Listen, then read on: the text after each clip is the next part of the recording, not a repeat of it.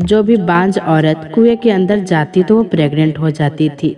इसकी वजह जानकर आप लोग भी हैरान हो जाएंगे। तो सुनिए एक औरत की कहानी और उसी के जुबानी। ना बाबा ना, मैं तो ये काम नहीं करूंगी। मुझे तो पानी से बहुत डर लगता है। अब भला औलाद की खातिर कुएं में कौन उतरता है। जिसे भगवान ने संतान देनी होती है वैसे ही उसे दे देता है। मुझे पूरा भरोसा है कि भगवान मेरी गोद जरूर हरी भरी करेगा। इसीलिए मुझे ये सब करने की कोई जरूरत नहीं है। मेरी भाभी ने तो माँ की बात सुनते ही मना कर दिया था। उनके चेहरे से डर साफ दिखाई दे रहा था। मेरी माँ के माथे पर बल पड़ गए थे। वो कहने लगी कि क्या हो जाएगा, अगर तुम कुएं में उतर गई तो मर तो नहीं जाओगी ना। तुमने खुद अपनी आंखों से देखा है कि हमारी पड़ोसन रीना की बहू पिछले 5 सालों से उसके कोई संतान नहीं हो रही थी। अब जब वो कुएं के अंदर गई तो भगवान ने उसे बेटे दे दिए हैं। लेकिन भाभी ने अब भी नहीं मानी और नहीं में अपना सर हिला दिया। वो कहने लगी इसमें कुएं का कोई कमाल नहीं है, बल्कि भगवान ने ही उस लड़की की किस्मत में संतान का सुख लिखा होगा, तभी तो उसे बेटे दे दिए। भाभी की बात सुनकर माँ का पारा चढ़ गया था। वो कहने लगी इन चीजों में भगवान की कोई कृपा नहीं होती है। तुम जैसे नास्तिक लोग क्या समझो। जो लड़कियां शहर से शादी करके आती हैं वो तो गांव वालों को बेवकूफ समझती हैं। तुम भी अपने दिल में यही सोच रही होगी कि तुम्हारी सास को क्या पता है, ये तो यूं ही बातें बनाती है। मगर ऐसा नहीं है। इन चीजों में भगवान का खास आशीर्वाद होता है, भगवान की खास नजर होती है। अगर मैं तुम्हें सच बताऊं तो मेरा तो बिल्कुल भी दिल नहीं था कि मैं अपनी बहू शहर से लेकर आऊं। मैं तो गांव की अपने जैसी सीधी सादी लड़की को अपनी बहू बनाना चाहती थी। मगर क्या करूं, जब मेरी सहेली ने मेरे सामने हाथ जोड़ दिए तो मुझे मजबूरी में अपनी बहू बनाना पड़ गया। मगर तुम किसी खुशफहमी में मत रहना कि तुम मेरी सहेली की बेटी हो तो मैं तुमसे कुछ नहीं कहूंगी। तुम्हारी शादी को 1.5 साल हो गया है। अगर तुम मुझे अब भी पोता नहीं दे पाई तो मैं तुम्हें यहाँ से चलता कर दूंगी और अपने बेटे के लिए गांव की कोई सीधी सादी लड़की लेकर आऊंगी। मेरे बेटे के लिए रिश्तों की कमी नहीं है। माँ इतना कहकर गुस्से में कमरे से निकल गई थी। भाभी की आंखें आंसुओं से भर गई थी। मुझे उनकी तरफ देखकर बहुत ज्यादा दुख हो रहा था। बहुत सीधी सादी और मासूम सी लड़की थी, मगर मेरी माँ सुबह शाम उन्हें ताने देती और कोसती रहती थी, जिसकी वजह सिर्फ यही थी कि वो शहर से आई थी जबकि हम लोग गांव के रहने वाले थे। शाम को जब भाई अपने काम से वापस आए तो माँ ने भाभी को डराने के लिए उनसे भी कह दिया, राहुल तुम दोनों पति पत्नी के पास बस 2 महीने का ही समय है। अगर तुमने इतने समय में मुझे खुशखबरी नहीं दी तो मैं तुम्हारी शादी किसी और लड़की से कर दूंगी।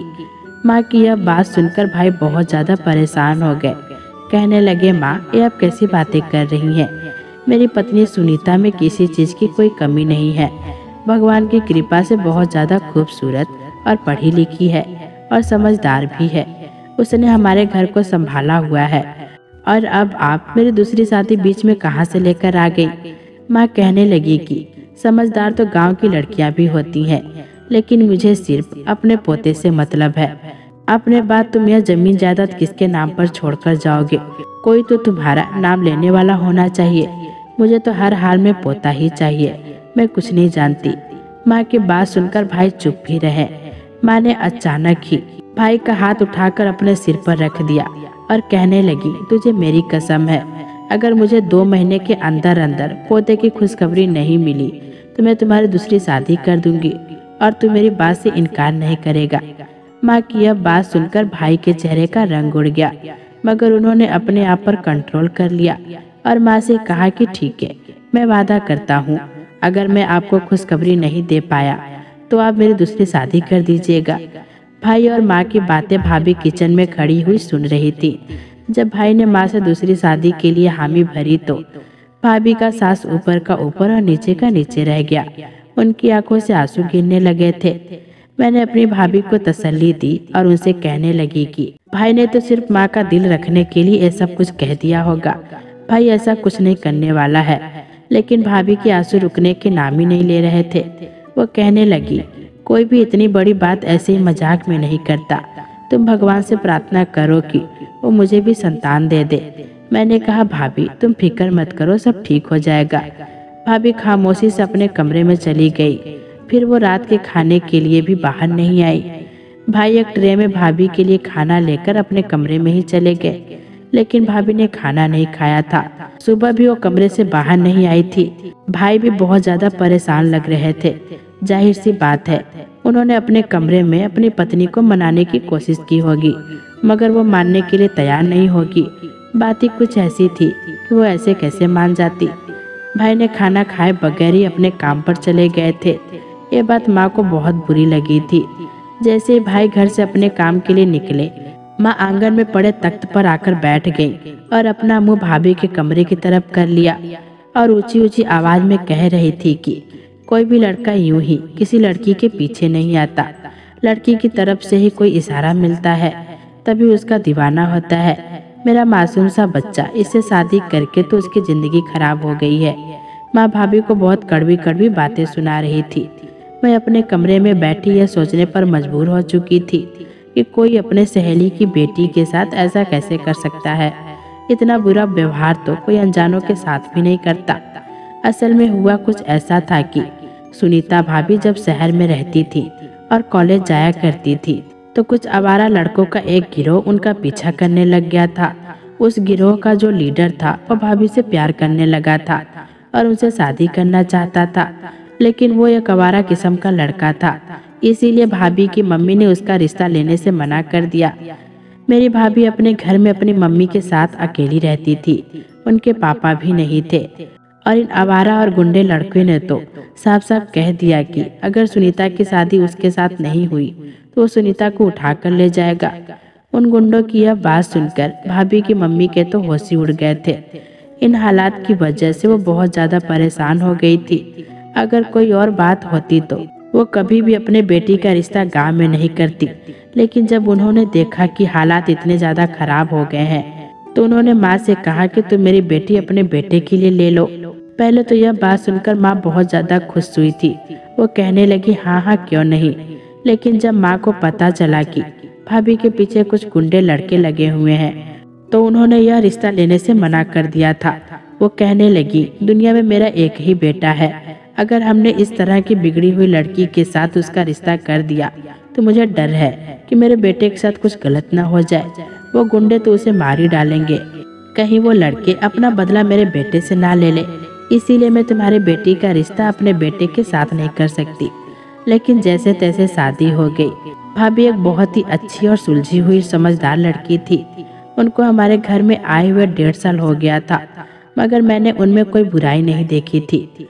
उन्होंने कभी भी मेरे भाई के साथ कोई लड़ाई झगड़ा नहीं किया था और ना ही किसी बात की कोई शिकायत की थी। यहाँ तक कि उन्होंने माँ को भी कभी किसी बात का जवाब नहीं दिया था। पूरे घर का काम भी वही करती थी, मगर फिर भी माँ उनसे नाराज ही रहती थी। माँ का यही कहना था कि शहर की लड़कियाँ अच्छी नहीं होती। तब मैं अपने माँ को समझाती रहती थी कि माँ इस तरह भाभी को नहीं कहा करे। हमारी भाभी हर तरीके से बहुत अच्छी लड़की है, आपको उनकी कदर करनी चाहिए। मगर माँ ये बातें कहाँ समझती थी। जो भी बात उनके मुंह में आती वो भाभी को सुना देती। माँ के ये तौर तरीके देखकर मैं बहुत डरती रहती थी। मुझे इस बात का डर था कि कहीं जो कुछ वो भाभी के साथ कर रही हैं वो मेरे सामने ही ना आ जाए। कहीं अपनी माँ के किए की सजा मुझे ना मिले। जब मैं अपनी माँ से यह बात कहती तो वो आगे से कहती थी कि तुम्हारे साथ ऐसा कुछ नहीं होगा, तुम बेफिक्र रहो। तुम घर की 4 दीवारी में पली बढ़ी हो। तुम्हारे पीछे कौन सा कोई लड़के लगे हुए हैं जिसकी वजह से तुम्हें ससुराल में जाकर ये सब बातें सुननी पड़ेगी। माँ तो बगैर सोचे समझे अपना मुंह फाड़कर ये सब बातें कह देती थी, जबकि मैं तो अंदर तक हिल जाती थी। माँ के चीखने चिल्लाने से भाभी डरकर कमरे से बाहर आ गई और चुपचाप नाश्ता बना लिया। वो घर के कामकाज फिर से करने लगी थी, मगर मैंने उनके चेहरे पर कोई भी मुस्कुराहट नहीं देखी थी। जब वो किचन में काम कर रही थी तो मैं उनके पास चली गई। मुझे देखते ही वो मेरे गले लगकर रोने लगी और कहने लगी, देख लो दीदी, आपकी माँ मेरा घर उजाड़ना चाहती है और वो अपने लिए दूसरी बहू लेकर आना चाहती है। जब आपकी दूसरी भाभी घर में आ जाएगी तो मैं यह घर हमेशा हमेशा के लिए छोड़कर चली जाऊंगी। मैं इस घर में नहीं रह सकती। मैंने भाभी को तसल्ली दी और उनसे बोली, ऐसा कुछ भी नहीं होगा, आप बेफिक्र रहें। मेरी भाभी फूट फूट कर रोने लगी। वो बोली, जब आपके भाई ने दूसरी शादी की हामी भर ली है तो फिर भला उसे कौन रोक सकेगा। मगर मैं आपको एक बात साफ साफ बता देती हूँ कि मैं अपने पति को किसी दूसरी औरत का होते हुए नहीं देख सकती। मैं किसी भी हाल में अपनी सौतन के साथ नहीं रह सकती। मैं यहाँ से चली जाऊंगी। मैं हंसी और भाभी से कहने लगी, भाभी आप इतना सीरियस होने की जरूरत नहीं है, सब कुछ ठीक हो जाएगा। फिर मैंने भाभी को मशवरा दिया, आज जब भाई आपको मनाने की कोशिश करे तो आप उनसे झगड़ा खत्म कर लीजिएगा और फिर उनसे कहना कि वो आपको शहर लेकर चले जाए और आपका चेकअप किसी अच्छे डॉक्टर से करवाए। भगवान की कृपा से आपके यहाँ भी संतान हो जाएगी। भाभी को मेरा यह मशवरा अच्छा लगा था। वो एकदम से मुस्कुरा दी और मेरे गले लगकर बोली, आपका बहुत बहुत एहसान है कि आपने मुझे यह मशवरा दिया। मैं आज ही अपने पति राहुल से बात करती हूँ। फिर ऐसा ही हुआ। उसके 2-3 दिन बाद भाई और भाभी शहर चले गए। माँ ने तो उन्हें जाने से बहुत मना किया, मगर वो कहाँ रुकने वाले थे। उन्होंने कहा, माँ जो बातें आपकी मानने वाली होती है मैं वो बातें मान लेता हूँ। अब मैं अपनी तसल्ली के लिए अपनी पत्नी को शहर लेकर जाना चाहता हूँ। भाई और भाभी शहर चले गए थे और फिर पूरे 4 दिन बाद वापस आए थे, क्योंकि भाभी अपने माँ के घर रुक गई थी। जब वो दोनों वापस आए तो भाई बिल्कुल नॉर्मल से थे, मगर भाभी का चेहरा कुछ उतरा हुआ था। मैं भाभी के पास गई और बोली, मुझे पता है आप अपनी माँ का घर छोड़कर आई हैं। इस वजह से आप बहुत परेशान होंगी और उदास भी होंगी। आपका दिल अपनी माँ का घर छोड़कर आने को नहीं कर रहा होगा, मगर आप फिक्र ना करें, मैं आपका दिल बहलाने की पूरी कोशिश करूंगी। भाभी की आंखों में एकदम आंसू आ गए। वो कहने लगी, नहीं यह बात नहीं है, मेरी परेशानी की वजह कुछ और ही है। मैं बोली, अच्छा क्या बात है। मुझे इस बात की उम्मीद नहीं थी कि भाभी मुझे ऐसी बात बताएंगी कि मेरे सर पर आसमान ही टूट पड़ेगा। भाभी ने रोते हुए मुझे बताया कि वो बांझ है। डॉक्टर ने उनसे कहा है कि कभी भी संतान को जन्म नहीं दे सकेंगी। उनकी बात सुनकर मैं हैरान हो गई और भाभी से कहने लगी कि यह कैसे हो सकता है भाभी। भाभी कहने लगी, मुझे तो खुद ही नहीं पता मेरे साथ क्या हो रहा है। मुझे खुद यकीन था कि एक न एक दिन मेरे बच्चे जरूर इस घर में खेलेंगे। मेरे घर में भी बच्चों की किलकारियों की आवाज गूंजेगी। अब तुम ही मुझे बताओ कि मैं क्या करूं। मैं बोली, भाभी भाई इस बारे में क्या कहते हैं। भाभी कहने लगी कि आपके भाई ने कहा है कि वो मेरा पूरा साथ देंगे। अगर मैं उन्हें संतान नहीं दे सकी तब भी वो मुझे नहीं छोड़ेंगे और मेरी हर चीज का ख्याल रखेंगे। मुझे कभी कोई परेशानी नहीं होने देंगे। मैंने भाभी से पूछा कि क्या भाई दूसरी शादी कर लेंगे। भाभी ने अपना सर झुका दिया और कहने लगी, मेरे सामने तो उन्होंने यही कहा है कि वो दूसरी शादी नहीं करेंगे, मगर आप तो सब कुछ जानती हैं। वो अपनी माँ के सर पर कसम खा चुके हैं। मुझे तो यही लगता है कि अब उनकी दूसरी शादी होकर ही रहेगी। मैं बोली, भाभी आपने क्या सोचा है, आप क्या करेंगी। भाभी ने उदासी से कहा कि अब मैंने क्या करना है, अब मैंने सब कुछ हालातों पर छोड़ दिया है। मेरे हालात ही तय करेंगे कि मेरी मंजिल क्या है। उस समय मैंने भाभी से कहा कि आप एक बार माँ की बात मान लो और उनकी खुशी के लिए उस कुएं में उतर जाओ। मैं जानती हूँ आपको डर लगता है, मगर फिलहाल आपके लिए यही ठीक रहेगा। माँ कम से कम 2-3 महीने इंतजार कर लेंगी। जब 2-3 महीने बाद माँ भाई की शादी को कहेंगी तो आप एक बार फिर से कुएं में उतर जाइएगा। इस तरह हम माँ के सामने भाई की दूसरी शादी टालते रहेंगे। फिर आखिर में वो दिन भी आ जाएगा जब भाई में इतनी हिम्मत पैदा हो जाएगी कि वो खुद माँ से कह देंगे कि मैं दूसरी शादी नहीं करना चाहता। भाभी कुछ सोचकर बोली कि आप ठीक कह रही हो, मगर मुझे पानी में बहुत डर लगता है। मैं बोली, भाभी आपने डर को छोड़ दो। अपने पति को खोने से बेहतर है कि आप एक बार कुएं में उतर जाए। जब इस बार माँ आपसे कहेंगी मेरे साथ कुएं पर चलो तो आप फौरन मान जाना। भाभी ने मेरी बातों पर हाँ में सर हिला दिया।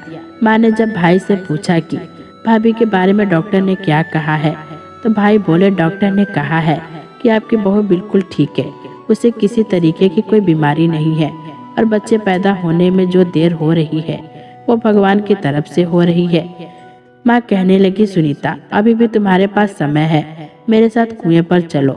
मैं बहुत सी बांझ औरतों को संतान को जन्म देते हुए देखा है। तुम तो फिर भी पूरी तरीके से ठीक हो, तुम्हें कोई बीमारी नहीं है। इस हालात में तो तुम्हें जल्दी ही बच्चा हो जाएगा। भाभी कहने लगी, जी माँ, अगर आपकी खुशी इसी में है तो मैं आपके साथ चली जाती हूँ। भाभी की बात सुनकर माँ बहुत ज्यादा खुश हो गई। वो जल्दी से उठकर भाभी का माथा चूमने लगी और कहने लगी, अगर तुम मेरी यह बात पहले ही मान लेती मैं तुम पर इतना गुस्सा नहीं करती। चलो जल्दी से अब तुम तैयार हो जाओ और मैं तुम्हें वहाँ लेकर जाती हूँ। भाभी ने हाँ में सर हिला दिया और उठकर कमरे में चली गई। भाभी जब कमरे से बाहर आई तो मुझसे कहने लगी कि मेरे लिए भगवान से प्रार्थना करना, भगवान मेरे साथ सब कुछ अच्छा करे। मैंने भी उन्हें तसल्ली दी और उनसे कहने लगी कि आप बिल्कुल भी फिक्र ना करें, भगवान सब कुछ ठीक ही कर देगा। भाभी माँ के साथ चली गई। 2-3 घंटे बाद ही वो लोग वापस आ गए। जब भाभी वापस आई तो मैंने उनसे पूछा, आपका एक्सपीरियंस कैसा रहा? तो उदासी से बोली, अभी तो मैंने जिंदगी में बहुत सारे एक्सपीरियंस करनी है, तुम फिक्र मत करो, मैं धीरे धीरे सब कुछ सीख लूंगी। मुझे भाभी की तरफ से बहुत ज्यादा अफसोस हुआ था। उसी समय मैंने हाथ धोकर भगवान से प्रार्थना की कि मेरी भाभी के लिए सब कुछ आसान कर दे और उन्हें संतान की खुशी दे दे। ऐसे कुछ दिन निकलता रहा और एक दिन भाभी किचन में काम करते हुए चक्कर खाकर नीचे गिर गई। भाभी को गिरता हुआ देखकर मेरा चीख निकल गया। ये तो भगवान का शुक्र था कि उस समय भाई घर पर ही थे। भाई फौरन भाभी को उठाने के लिए आए और भाभी को सहारा देकर उठाया और कमरे में ले जाकर लिटा दिया। मैंने उनके ऊपर पानी के छींटे डाले जिससे वो होश में आ गई थी। माँ कहने लगी, राहुल जल्दी से जाओ और दाई को बुला कर लेकर आओ, मुझे तो लगता है कि कोई खुशखबरी है। भाभी कहने लगी, नहीं माँ, अभी इतनी जल्दी खुशखबरी कहाँ से आ सकती है। असल बात यह है कि आजकल मैं बहुत टेंशन में रहती हूँ। मुझे हर समय यही फिक्र लगी रहती है कि क्या मैं माँ बन पाऊंगी या नहीं। बस इसी वजह से चक्कर आ गई थी और कोई बात नहीं है। थोड़ी देर आराम करूंगी तो मैं ठीक हो जाऊंगी। मगर माँ तो कोई बात सुनने के लिए तैयार ही नहीं थी। उन्होंने जबरदस्ती भाई को भेज दिया। वो दाई को बुलाकर लेकर आए। दाई ने जब भाभी का चेकअप किया तो वो कहने लगी, मुबारक हो, तुम्हारी बहू माँ बनने वाली है। वो उम्मीद से है। ये खबर सुनकर तो मैं और भाभी और भाई तीनों दंग रह गए थे, जबकि माँ खुशी से फूले नहीं समा रही थी। उन्होंने जल्दी से अपने पास से 500 रुपए निकालकर भाई के हाथ में रख दिए और कहने लगी, जाओ इन पैसों से मिठाई लेकर आओ, मैं पूरे गांव में मिठाई बांट दूंगी। भगवान ने मुझे इतने दिनों बाद खुशखबरी दी है। लेकिन भाई ने नहीं में सिर हिला दिया और कहने लगे, माँ मुझे आजकल इन दाई पर यकीन नहीं है, इसीलिए आप इतनी खुशी ना मनाएं। आज के दौर में तो दाई का भरोसा नहीं है। जब सुनीता आपसे कह रही है कि वो माँ बनने वाली नहीं है तो फिर ऐसा ही होगा। अब अगर आप पूरे गांव में मिठाई बांट देंगी तो सब हमारा मजाक उड़ाएंगे। माँ को गुस्सा आ गया। वो कहने लगी, अगर मुंह अच्छा ना हो तो इंसान को बात भी अच्छी कर लेनी चाहिए। भगवान ने आज मुझे खुशखबरी सुनाई है और तुम ये सब कुछ कह रहे हो। मेरी खुशी को मातम में मत बदलो, तुम चुपचाप जाकर मिठाई लेकर आओ। भाई ने अब भी नहीं में सर हिला दिया। वो कहने लगे, माँ जब तक मैं शहर के डॉक्टर से अपनी पत्नी का चेकअप नहीं करवाऊंगा मैं कोई मिठाई नहीं लाऊंगा। और मैं आपसे भी यही कह रहा हूँ कि यह खबर आप किसी को नहीं बताइएगा, सिर्फ अपने तक ही रखना। माँ कहने लगी, तो फिर इंतजार किस बात का है, जल्दी से बस की टिकट कराओ और हम तीनों बल्कि चारों जाकर बहू का चेकअप कराते हैं। माँ ने तो अफरा तफरी मचाई हुई थी। वो तो कल का भी इंतजार करने के लिए राजी नहीं थी, इसीलिए भाई को मजबूरन 6 बजे की टिकट करवानी पड़ी। हम चारों भाभी के घर ही जा रहे थे। भाभी सारे रास्ते में बहुत ज्यादा उदास और परेशान थी, जबकि माँ की तो जान पर बनी हुई थी। वो भाभी को हंसाने की कोशिश कर रही थी और कहने लगी, अगर तुम इस तरह नाराज रहोगी तो बच्चे की सेहत पर बुरा असर पड़ेगा। खुश खुश रहो ताकि मेरा होने वाला पोता खूबसूरत और तंदुरुस्त पैदा हो। माँ की यह बात सुनकर भाभी और ज्यादा परेशान होने लगी। खैर हम रात को देर से ही भाभी के घर पहुँचे थे। माँ तो चाहती थी कि उसी समय जाकर भाभी का चेकअप करवा दे। सुबह 9 बजते ही माँ ने शोर मचा दिया था, उन्हें डॉक्टर के पास जाना है। तब भाई ने माँ से कहा कि माँ भगवान का नाम ले और थोड़ा सब्र करे, अभी तो हॉस्पिटल भी नहीं खुले होंगे। और फिर आखिरकार बहुत मुश्किल से माँ ने 10 बजे का इंतजार किया और 10 बजते ही माँ ने शोर मचाकर भाभी को अस्पताल लेकर चली ही गई। मुझे बहुत ज्यादा फिक्र थी। मुझे यही लग रहा था कि जब वो लोग वापस आएंगे तो उनके चेहरे का रंग उतरा हुआ होगा, मगर ये तो चमत्कार ही हो गया था। जब वो तीनों वापस आए तो वो खुशी से फूले नहीं समा रहे थे। भाभी तो जगमगा रही थी। मैं बोली, क्या हुआ भाभी? भाभी मेरे गले लग गई और कहने लगी, ये तो चमत्कार हो गया है। मैं ही बेवकूफ थी जो कुएं के चमत्कार पर भरोसा नहीं कर रही थी, लेकिन माँ ठीक ही कह रही थी। मैं शहर में पिछली बार जिस डॉक्टर से अपना चेकअप करवाने गई थी, आज भी उसी डॉक्टर ने मुझे चेक किया तो डॉक्टर भी हैरान रह गई। वो कहने लगी, ये तो नामुमकिन है, यह कैसे हो गया? मुझे तो किसी भी हाल में यह नहीं लगता था कि तुम माँ बन पाओगी, तो ये तुम प्रेग्नेंट कैसे हो गई?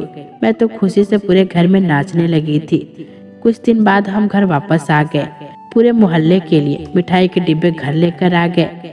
माँ ने सब लोगों का मुंह मीठा करवाया। मैं बहुत हैरान थी कि आखिर ये सब कैसे मुमकिन है। जब शहर के एक बड़े डॉक्टर ने कह दिया था कि भाभी बांझ है, तो फिर एक कुएं की वजह से वो संतान कैसे पैदा कर सकती हैं? मुझे तो शुरू से ही ऐसी चीजों के बारे में जानने का बहुत शौक था। अब तो मेरा शक और भी ज्यादा बढ़ गया था। मैं इस राज की हकीकत तक पहुंचना चाहती थी। इसीलिए मैंने सोच लिया था कि घर वालों के चोरी छिपे मैं इस राज तक जरूर पहुंचूंगी। और इसके लिए मैंने अपनी दोस्त से मदद लेने की कोशिश की। मैंने उससे कहा कि मैं गांव के मशहूर कुएं का राज मालूम करना चाहती हूँ। तो वो कहने लगी कि हाँ, मैं भी इसके बारे में जानना चाहती हूँ। बस फिर हम दोनों ने फैसला किया कि हम दोनों दोस्त एक दिन भेष बदल कर उस कुएं पर जाएंगे। मेरे दोस्त ने हामी भर ली थी और फिर हम दोनों अगले दिन चादर पहनकर अपने आप को छुपाकर कुएं पर चले गए। मुझे तो लगा था कि वहाँ पर वीरान सा होगा, वहाँ कोई भी आदमी नहीं होगा, मगर मेरी गलत फहमी थी। जब हम दोनों वहाँ पहुँचे तो कुएं के पास ही एक औरत बैठी हुई थी। वो कहने लगी, तुम दोनों को क्या परेशानी है? मैं जल्दी से आगे बढ़कर बोली, सिर्फ मुझे परेशानी है, मुझे संतान चाहिए। ये मेरी देवरानी है, मेरे साथ ऐसे ही आई है। कुएं के पास बैठी औरत कहने लगी, लोग मुझे बीबी जी कहते हैं और मैं इस कुएं की रखवाली पर बैठी रहती हूँ। तुम मुझे 500 रुपए दे दो और फिर इस कुएं में डुबकी लगा लो, फिर तुम्हें भगवान की मेहरबानी से संतान हो जाएगी। मैं 500 रुपए के बारे में सुनकर तो हैरान रह गई थी। मेरे पास इतने पैसे नहीं थे, मगर मेरे दोस्त ने अपने पर्स से 500 रुपए निकालकर उस औरत को दे दिए और फिर उस औरत ने मुझे इस कुएं में उतरने का इजाजत दे दी थी। जब मैं कुएं से बाहर आई तो उस बीबी जी ने मुझे अपने पास बिठा लिया और मेरे हाथ में एक पैकेट रख दिया। वो कहने लगी, ये दवाई तुमने पूरे 1 हफ्ते अपने खाने में मिलाकर खानी है, भगवान की कृपा से तुम्हें संतान हो जाएगी। मेरी दोस्त ने मेरी तरफ सवालिया नजरों से देखा। मैं भी परेशान थी। मैं सोच रही थी कि हमारे इतने पैसे भी खर्च हो गए और हमारे हाथ यहाँ का कोई राज भी नहीं आया। इसीलिए मैंने जल्दी से उनसे कहा कि बीबी जी, मुझे कोई संतान नहीं चाहिए। असल में मैं शहर से आई हूँ और एक रिपोर्टर हूँ। मुझे पता चला था कि एक कुआं बहुत मशहूर है। आप मुझे इस कुएं के राज के बारे में नहीं बताओगी तो मैं आपको पूरे मीडिया में बदनाम कर दूंगी। आप पर धोखाधड़ी का केस भी हो सकता है। मेरी ऐसी बातें सुनकर बीबी जी की आंखों में आंसू आ गए। वो कहने लगी, भगवान के लिए मेरे साथ इतना बड़ा जुल्म मत करना, मैं तुम्हें सब कुछ सच सच बता दूंगी। फिर उस औरत ने जो कुछ भी हमें बताया वो बहुत दुख की बात थी। वो औरत हमारे गांव की नहीं थी, बल्कि दूसरे गांव से आई थी। वहां पर उसका पूरा खानदान रहता था, मगर वहां पर बाढ़ आ गई थी और सब कुछ बहा कर ले गई। उसके माता पिता भी उस बाढ़ में बहकर चले गए। सारे रिश्तेदार भी खत्म हो गए और जो उसके घर की जमीन थी उस पर गांव के चौधरी लोगों ने कब्जा कर लिया था। उस लड़की के पास रहने के लिए कोई ठिकाना नहीं था और न ही कोई रिश्तेदार बचा था। वो अकेली रह गई थी। वो जगह जगह मारी फिर रही थी और फिर इस तरह हमारे गांव में आ गई। मगर यहाँ भी लोगों ने 2 वक्त की रोटी देने के बाद उसके मुंह पर अपने दरवाजे बंद कर दे रहे थे। वह सर छुपाने की तलाश में इस कुएं तक जा पहुंची थी। यहाँ वो रहने लगी थी और वो देसी दवाइयों की मदद से लोगों को प्रेग्नेंट कर देती थी, जिसकी वजह से गांव के लोगों को लगा था कि कुएं में कुछ जादू है और लोग कुएं में उतर जाते थे। जो भी हो, मेरे भाभी का घर उजड़ने से बच गया था। हम अपनी जिंदगी में बहुत खुश हैं। तो दोस्तों, कैसी लगी ये कहानी कमेंट बॉक्स में जरूर बताइएगा। फिर मिलेंगे दोस्तों अगली वीडियो के साथ। तब तक के लिए अपना ख्याल रखना।